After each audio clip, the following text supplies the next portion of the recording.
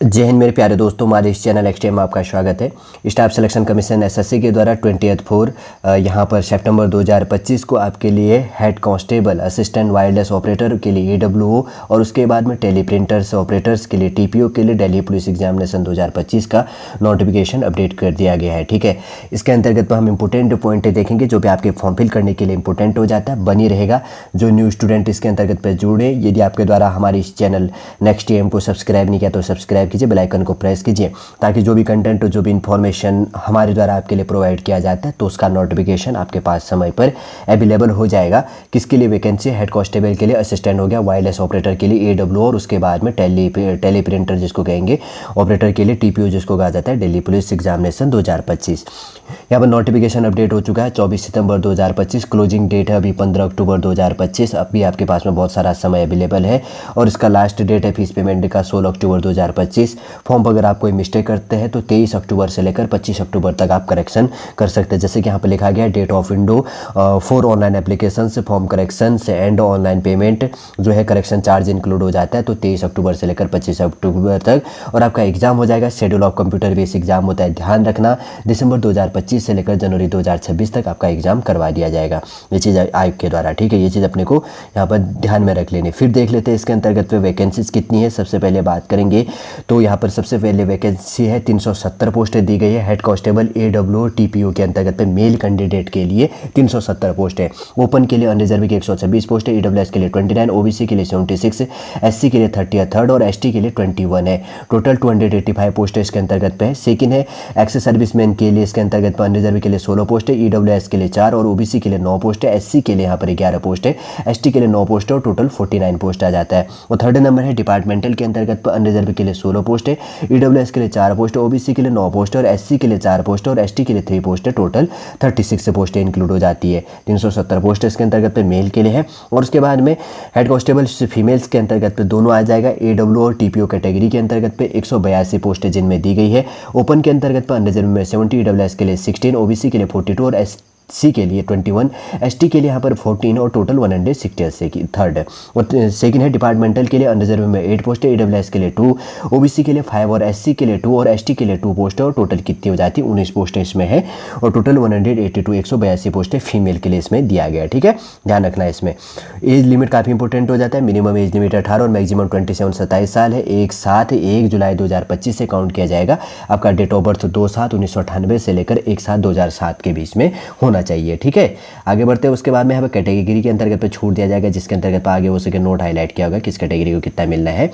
तो इस वजह से पॉइंट इसके अंतर्गत पे इंक्लूड है। Schedule caste schedule type 5 years का, OBC के लिए 3 ईयर्स का, एक्स सर्विसमैन के लिए 3 ईयर्स का, स्पोर्ट्स मैन और स्पोर्ट्स वुमेन के लिए यहाँ पर जनरल कैटेगरी के अंतर्गत पे 5 ईयर्स के अंतर्गत पे। और उसके बाद में यहाँ पर SC ST के लिए 10 साल के लिए। और इसके अंतर्गत की बात करेंगे तो जो ऊपर दिया गया है कैटेगरी 2 ही है शायद इसमें इसके अंतर्गत पे।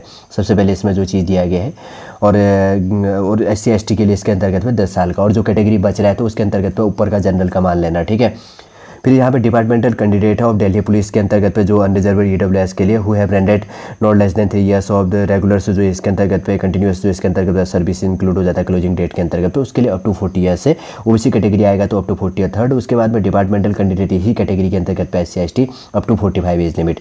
13, 14, 15 पॉइंट काफ़ी इंपॉर्टेंट है, तीनों को अपने को ध्यान में रखना है। एक है बस कैटेगरी इंक्लूड हो जाएगा, एक चीज़ को समझना।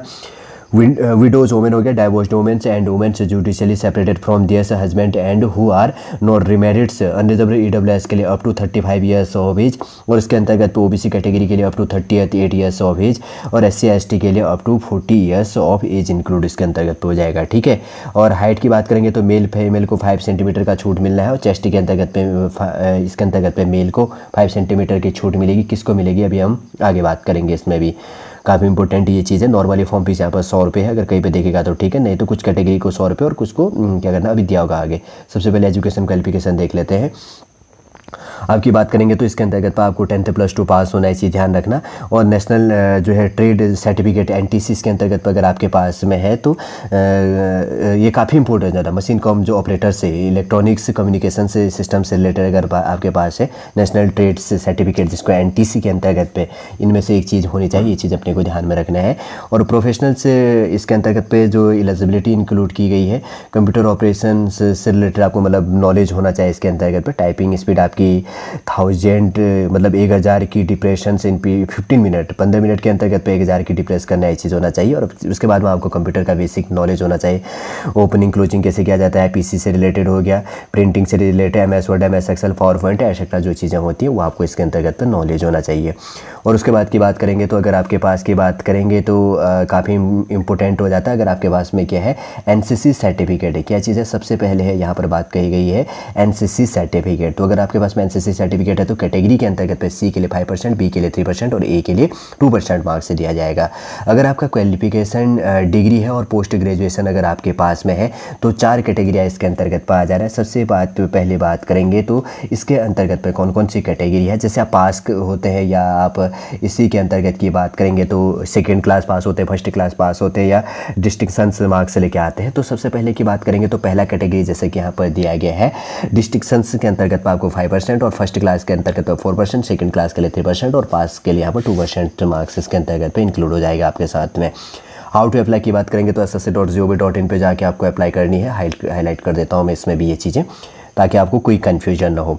आगे बढ़ते हैं। उसके बाद में फॉर्म फीस जैसे कि मैंने पहले भी कहा था 100 रुपये नॉर्मली आपका फॉर्म फीस है। और उसके बाद में फीमेल के लिए फ्री है, एससी के लिए फ्री है, एसटी के लिए फ्री है और ईएसएम के लिए यहाँ पर फ्री है। मतलब आपका फॉर्म फीस इसके अंतर्गत पे करना है। जनरल कैटेगरी के लिए, ईडब्ल्यूएस के लिए, ओबीसी के लिए यहाँ पर फॉर्म फीस पे है, ठीक है। और करेक्शन कब करेंगे मैंने ये चीज़ भी आपको प्रोवाइड कर दिया। एग्जाम सेंटर भी इनके द्वारा यहाँ पर ये चीज़ें दी गई है, ऐसे क्या चीज़ें हैं। और आपका सिलेबस भी थोड़ा सा देख लेते हैं। सबसे पहले यहाँ पर कंप्यूटर बेस एग्जामिनेशन होगा 100 मार्क्स का। फिजिकल इंडस्ट्रेंस से रिलेटेड जो इसके अंतर्गत पाया जाता है, काफ़ी इंपॉर्टेंट पॉइंट है, ठीक है। इनको थोड़ा सा ध्यान में रख लेना अपना। फिजिकल टेस्ट से रिलेटेड जो बात कही गई है ये भी कि क्या इसके अंतर्गत पे है। और उसके बाद की बात करेंगे तो जैसे दिल्ली पुलिस और मेजरमेंट जो टेस्ट इसके अंतर्गत पे है। और आगे जो इसके अंतर्गत पे इंक्लूड हो जाता है ये बेसिक से पॉइंट जिसको कहा जाता है।